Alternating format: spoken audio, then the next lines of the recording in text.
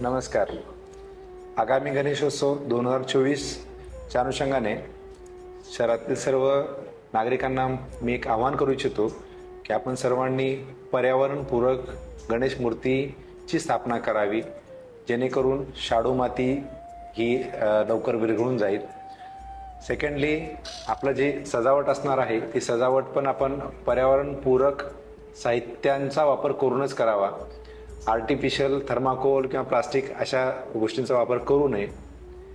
जी विसर्जनाची किंवा गणेश मूर्तीच्या आगमनाची जी काही आपली मिरवणूक असेल किंवा काय, त्यामध्ये आपण ध्वनी प्रदूषण होणार नाही अशा आपल्या पारंपरिक वाद्यांचा वापर करून ती मिरवणूक करावी असे या प्रसंगी आपण सांगू इच्छितो.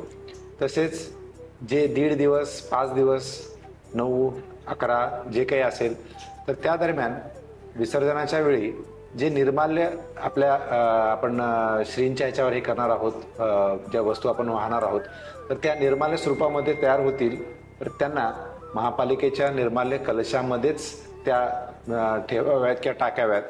इकडे तिकडे टाकून त्या वस्तूंचा किंवा त्या भावनेचा अपमान होणार नाही याची कृपया आपण सर्वांनी दक्षता घ्यावी. तसेच महापालिकेने कृत्रिम तलावांचा एक अभिनव उपक्रम चालू केलेला आहे. डोंबिवली आणि कल्याण भागांमध्ये नैसर्गिक तलावांच्या बाजूलाच कृत्रिम तलावांची आपण व्यवस्था उपलब्धता करून दिलेली आहे.